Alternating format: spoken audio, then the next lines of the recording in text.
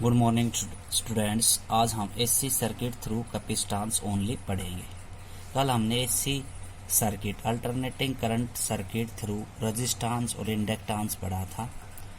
आज हम alternating current circuit through capacitance पढ़ेंगे। तो let us consider a capacitance and connected it with A alternating source of EMF. एक हमने capacitance लिया सी और उसको ईएमएफ के साथ कनेक्ट कर दिया, तो उसकी कैपेसिटी कितनी होती है कैपेसिटेंस की? C equal to q upon V. Q का फार्मूला होगा q equal to C V. ठीक है, पोटेंशियल V EMF के बराबर है यहाँ पे, तो C की V की जगह हम E यूज करेंगे और अल्टरनेटिंग EMF की इक्वेशन होती है E बराबर E note sine omega T, वो वैल्यू पुट कर देंगे इक्वेशन फर्स्ट। करंट का फार्मूला क्या होता है? चार्ज अपॉन में टाइम, तो यहाँ से चार्ज की वैल्यू रख देंगे C E naught sine omega T into में सी अपॉन डी टी। अब इसका डिफ्रेंसिएशन करेंगे, सी और जो ई नोट है उसको बाहर निकाल लेंगे, साइन ओमेगा टी का डिफ्रेंसिएशन करेंगे, C E naught D sine omega T D T. ठीक है, तो C E naught sine omega T का जो डेरिवेशन होता है, इंटीग्रेशन डेरिवेशन होता है जो कोस ओमेगा टी होता है, और ओमेगा टी का मल्टीप्लाई ओमेगा होता है डेरिवेशन।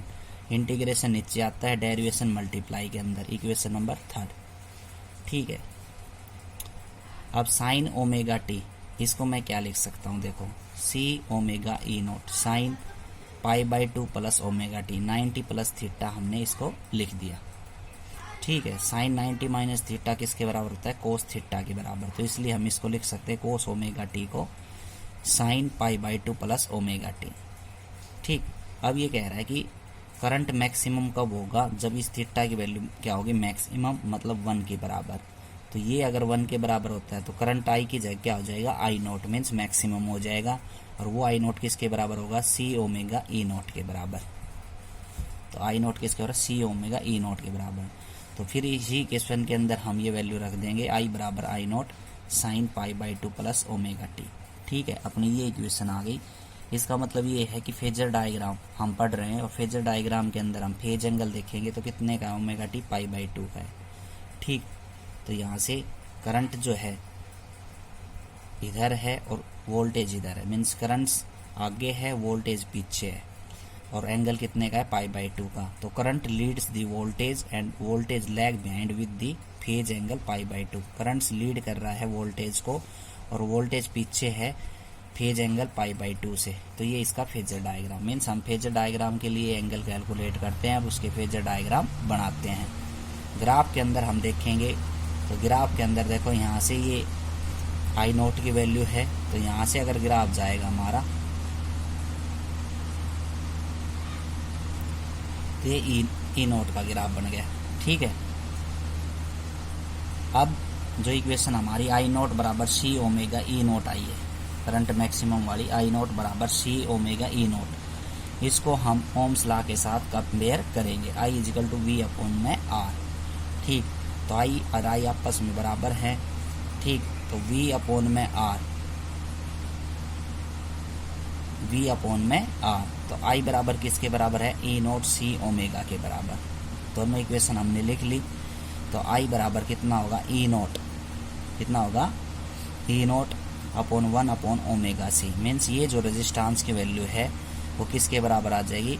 1 अपॉन ओमेगा सी के बराबर आ जाएगी। इसको हम क्या कहेंगे? एक्स सी। इस रेजिस्टेंस की जगह एक्स सी क्या होता है? Capacitive reactance. ठीक, तो इनको हम कंपेयर करिए दोनों इक्वेशन को, इससे हमने क्या निकाल लिया? हमने एक्स सी की वैल्यू निकाल ली, मीन्स रेजिस्टेंस की जगह आई बराबर वी अपॉन आर होता है, और अपने पास क्या है? आई बराबर ई नोट सी ओमेगा है। ठीक है, तो देखो इसको मैं ऐसे लिख सकता हूँ, आई बराबर E naught upon 1 upon omega C. तो ई नोट वी आपस में बराबर है, आई आई बराबर है, तो आर बराबर क्या आ गया? 1 अपॉन ओमेगा सी आ गया। ठीक है, तो आर बराबर 1 अपॉन ओमेगा सी, और ये किसके बराबर है? एक्स सी लिए थे हम रेजिस्टेंस यहाँ पे 1 अपॉन ओमेगा सी के बराबर। ठीक है, मीन्स हमने अलग अलग रजिस्टेंस की वैल्यू यहाँ पे अलग अलग इंडक्टेंस, रेजिस्टेंस और कैपेसिटेंस के अंदर अलग अलग लिए। तो यहाँ पे XC1/ωc है, इसका नाम है कैपेसिटिव रिएक्टेंस। एस साइन यूनिट इनकी सेम होती है रेजिस्टेंस की तरह, ओम, और काम भी वही करते हैं जो सर्किट के अंदर रेजिस्टेंस काम करता है। अगला टॉपिक आता है LCR circuit in alternating current. Important है LCR सर्किट। इसमें होता क्या, इसमें एक तो रेजिस्टेंस R और एक इंडक्टेंस L और एक कैपेसिटेंस C, ये सीरीज के अंदर कनेक्ट होते हैं, जिनका पोटेंशियल डिफरेंस VR है। इसका जो पोटेंशियल डिफरेंस क्या है, VL है, और इसका पोटेंशियल डिफरेंस VC है। ठीक है, इनके फेजर डायग्राम है। V और I इनमें सेम डायरेक्शन के अंदर रहते हैं, तो थीटा फेज एंगल 0 डिग्री का, यहाँ 90 डिग्री का, ये भी 90 डिग्री का बनता है। ठीक है, तो VR क्या है यहाँ पे I0R, मतलब ओम्स लॉ से I0R हमने लिख दिया। ये होता है potential difference across resistance. VL क्या होता है I0XL। ठीक है, तो I0XL, XL नीचे आएगा, ये XL potential difference across the resistance inductor. VC I0XC potential difference across the capacitance. यहाँ पे VL ग्रेटर देन होता है VC के। तो ये जो डायग्राम बनेगा वो कैसे बनेगा, फेजर डायग्राम के हिसाब से VR और I एक डायरेक्शन के अंदर हो गए, फेजर डायग्राम में सेम होते हैं। इधर हमने क्या ले लिया, करंट के इधर ले लिया VL और इधर नीचे ले लिया VC। VL is greater then क्या है, VC है, तो VL माइनस VC हम लिख सकते हैं। ये पूरा VL और यहाँ से यहाँ तक का ये VL माइनस VC। ठीक, ये वैल्यू है, और ये कितनी नीचे वाली VC वैल्यू है। तो according to parallelogram law of vector addition लगाएंगे, तो हमने इसका रिजल्टेंट ये इसका मैक्सिमम EMF और मैक्सिमम करंट की वैल्यू ये लाइन दे रही है, मैक्सिमम E0 और I0 की वैल्यू। ये पैरेललोग्राम को हम कंप्लीट कर लिया, और फिर हमने फॉर्मूला लगाया according to parallelogram law of vector addition. OK का स्क्वायर बराबर OA का स्क्वायर प्लस OB का स्क्वायर। तो OK का स्क्वायर OA का स्क्वायर प्लस OB का स्क्वायर। ठीक है, तो OA अपना ये है इधर A, और OB इधर अपना ये है OB। ठीक, तो OA कितना है OA, तो OA VL माइनस VC है, OB कितना है VR है। ठीक, मतलब ये पूरी लाइन जो है VL है, ये VC है, means VL is greater then VC है, तो इसलिए VL माइनस VC लिखते हैं ये लाइन। ठीक, पोटेंशियल जो इंडक्टर के अक्रॉस कैपेसिटर से ज़्यादा होता है, इसलिए VL माइनस VC लिखते हैं। पैरेललोग्राम कंप्लीट कर लिया। OK की वैल्यू इस सारे का अंडर हो जाएगा, VL की वैल्यू, VC की वैल्यू, VR की वैल्यू हमने रख दी। तो I0XL, I0XC और I0R का whole square, A minus B का होल स्क्वायर यहाँ पे खोल लेंगे, और जो कॉमन आ रहा है वो कॉमन ले लेंगे, I0 का स्क्वायर। ठीक, तो अपने पास बच गया I0 बाहर आ गया, तो R square plus XL minus XC का होल स्क्वायर। होल स्क्वायर नहीं खोला, I0 सभी में कॉमन है, कॉमन निकाल लिया। ठीक, I0 बाहर आ गया, ये वैल्यू आ गई OK की। टोटल EMF क्या है E0, मैक्सिमम EMF रिजल्टेंट। तो रिजल्टेंट EMF के बराबर है OK। ठीक, वो किसके बराबर E0 I0 under root R square plus में XL माइनस XC का होल स्क्वायर। अब I0 नीचे लिख के आ गई, R square plus XL minus XC का होल स्क्वायर। ठीक है, और E0 अपॉन में I0, यहाँ पे EMF अपॉन में करंट, ये रेजिस्टेंस होता है, यहाँ पे इसको Z से रिप्रेजेंट करेंगे, और इसको हम कहते हैं इम्पीडेंस। तो अलग अलग रेजिस्टेंस के, इंडक्टर के केस में, कैपेसिटर के केस में, और LCR सर्किट के केस में, तीनों रेजिस्टेंस को अलग अलग डिनोट किया गया है। ठीक है, एक को XL से, एक को XC से, और एक को Z से। इम्पीडेंस होता है क्या है, total effective of resistance in RLC circuit is called impedance. तो टोटल रेजिस्टेंस होता है RLC सर्किट के अंदर, उसको हम इम्पीडेंस कहते हैं। ठीक,